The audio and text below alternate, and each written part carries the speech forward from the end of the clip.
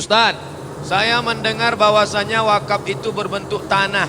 Lantas bagaimana dengan wakaf uang tunai? Namanya sekarang adalah wakaf naqdi, wakaf duit. Jadi diwakafkan uang, nanti uang itu akan dibelikan ke barang, maka dia akan terus terpakai.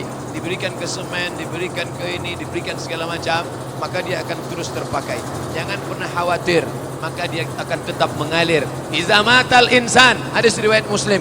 Kalau orang mati, inqata'a, putus amalnya, tapi ada yang tetap mengalir. Apa dia? Ilmun yuntaba'u bih, shadaqatun jariyah, waladun salihun yad'u lah. Maka tetaplah beramal jari. Apakah hukum berwakaf yang diatasnamakan kepada orang yang sudah meninggal? Apakah pahalanya sampai kepada almarhum? Sampai? Mana dalilnya? Enak aja katakan sampai tak sampai, sampai tak sampai. Memangnya udah ada reportnya dalam HP. Datang saat menjumpai Nabi, ya Rasulullah, na'am, ummi matat, ummi, my mother, matat, meninggal. Apa atasaddaqu anha? Kalau aku bersedekah, apakah sampai pahalanya untuk almarhumah emakku? Kata Nabi, tasaddaq, silakan kau bersedekah. Ayu sadaqatu afdal? Apa sedekah yang paling afdal? Saqiyul ma', memberi air minum. Bapak-bapak, ibu-ibu, wakafkan satu sumur air minum yang steril langsung di tempat rumah makan. Begitu langsung air keluar, langsung bisa diminum dengan pH tinggi. Nah, ini bagus. Menakutkan air minum. Sedekah yang paling bagus adalah wakaf air minum. Yang sudah diwakafkan mesti diminum. Bagaimana kalau kami berikan semen? Bagaimana kalau kami berikan kubah? Sedang air minum aja sampai, apalagi semen, apalagi kubah. Apa hukumnya bila kami tahu perihal wakaf tapi kami tidak mau berwakaf? Apa saja ancamannya dalam Islam, Pak Ustaz? Orang yang sudah tahu tapi tidak beramal, di akhirat nanti akan ditanya tentang 4. La tazulu qadama 'abdin hatta yus'al an 4. Seorang hamba akan ditanya di akhirat tentang 4. Tak akan bergerak kakinya sampai ditanya 4. Pertama, an umrihi fima afnah, umur kemana saja sudah kau pakai. Kedua, an ilmihi fima amil, kau sudah tahu wakaf, kenapa tak kau amalkan. Yang ketiga, an malihi min aina iktasabahu wa fifa anfaqah, harta kau dapat dari mana, kau pakai kemana. 4, an jismihi fima ablah, badanmu, telingamu, matamu, kemana saja kau gunakan. Berwakaflah, berwakaflah, berwakaflah. Jangan mati sebelum bangun masjid.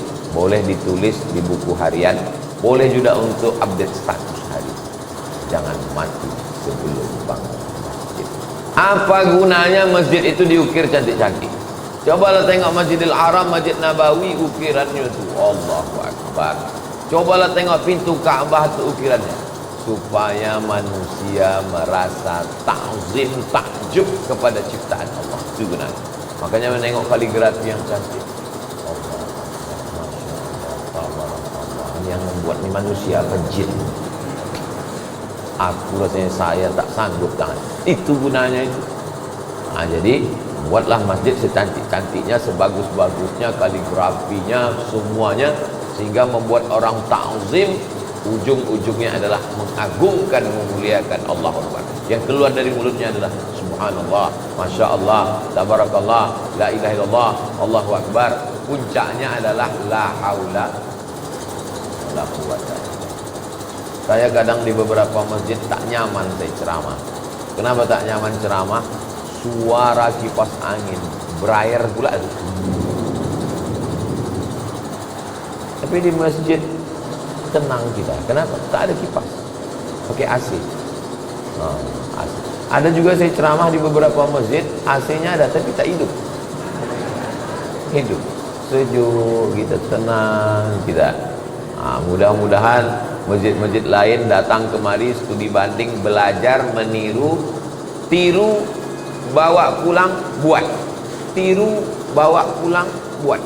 Jadi orang datang kemari menjadi inspirasi. Tiru, bawa pulang, buat. Ini perlu ditiru nih pintu belakang. Supaya apa dibuat pintu belakang nih? Supaya ustaz tidak membelah jamaah, memijak tangan orang. Orang tua tak boleh berdiri. Masuk ustaz, semua orang berdiri. Orang tua masa disuruh berdiri? Nah, itu maka dibuat pintu belakang. Kadang saya kalau sedang tausiah itu macam merenung, ustaz, apa yang dipikirkan ustaz? Yang saya pikirkan, cemana keluar dari masjid ini? membelah jamaah ini. Zalim itu aniaya, memijak-mijak orang, melangkahi bahu orang. Ini bagus, buatkan pintu belakang. Sehingga nanti ketika bapak semua sedang sholat, saya pun diam-diam pulang saya. Nah, jadi arsitektur bangunan bagus. Cobalah kita perhatikan sekarang di stasiun kereta api, di stasiun bis, di kantor-kantor. Kantor direktur wangi harum semerbak. Masuk ke tempat musola masjid, sujud kita tak bernapas imam sujud. Kenapa? Sajadah bau hantu. Mana penghormatan kita terhadap rumah Allah? Saya di beberapa masjid pernah juga diundang ceramah masjid. Begitu saya tegak di masjid, hilang jari saya, tenggelam di karpet. Makin tebalnya dulu karpet. Sebelum ceramah datang ketua masjid berbisik, tolong penggalangan dana, karpet masih hutang. Nah, ini perlu kita ambil hikmah. Mudah-mudahan motivasi anak-anak muda ini, dia berpikir aku mesti jadi pemimpin, aku mesti jadi orang kaya, aku masih jenderal, sehingga gantungkan cita-citamu setinggi bintang di langit, tapi kakimu tetap menginjak. Ini banyak sekarang anak-anak muda ini cita-cita tinggi di langit, kaki tak menginjak di bumi. Yang tak menginjak bumi itu hantu.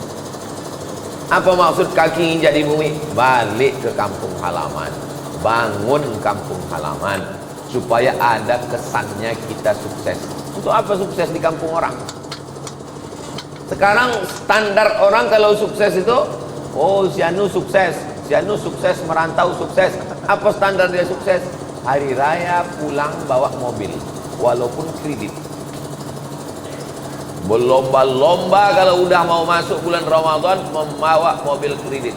Ujung-ujungnya tak sanggup juga kredit, rental.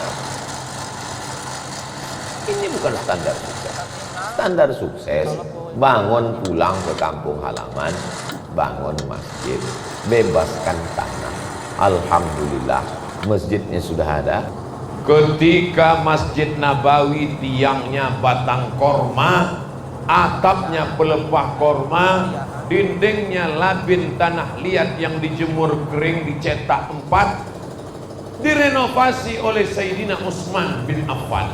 Abu Bakar, Umar, Utsman merenovasi pertama Masjid Nabawi. Lalu sahabat komplain, bagaimana dengan yang nyumbang tiangnya? Berarti putuslah pahalanya Utsman. Utsman langsung membacakan hadis yang dia pernah dengar dari Nabi SAW. Man bana masjidan, siapa yang bangun masjid, banallah mislahu baitan fil jannah, maka Allah sudah bangunkan untuk dia satu tempat dalam surga. Ada pondok tahfiz Qurannya, ada tempat praktek dokternya, ada tempat kumpul anak mudanya. Apakah hilang pahala orang yang nyumbang dinding keramik? Tidak, maka tetap mengalir. Kalaupun mau dijual atapnya, maka dijual, duitnya tetap balik lagi ke masjid. Kalaupun dindingnya mau dihancurkan, dindingnya menjadi pondasi masjid atau ke masjid lain, tidak dibuang, tidak digunakan untuk sia-sia, karena dia adalah wakaf. Wakaf itu la yuba'u, tak boleh dijual, wala yuhabu, tak boleh dihibahkan, wala yurasu, tak boleh diwariskan, tapi wakaf kembali kepada wakaf. Makanya yang kemarin sudah nyumbang keramik, nggak perlu ditulis di situ keramik saya. Lalu ketika nanti ada direnovasi, nyari mana keramik saya, mana. Mudah-mudahan yang bangun masjid ini ikhlas, sudah dibangunkan tempatnya di surga.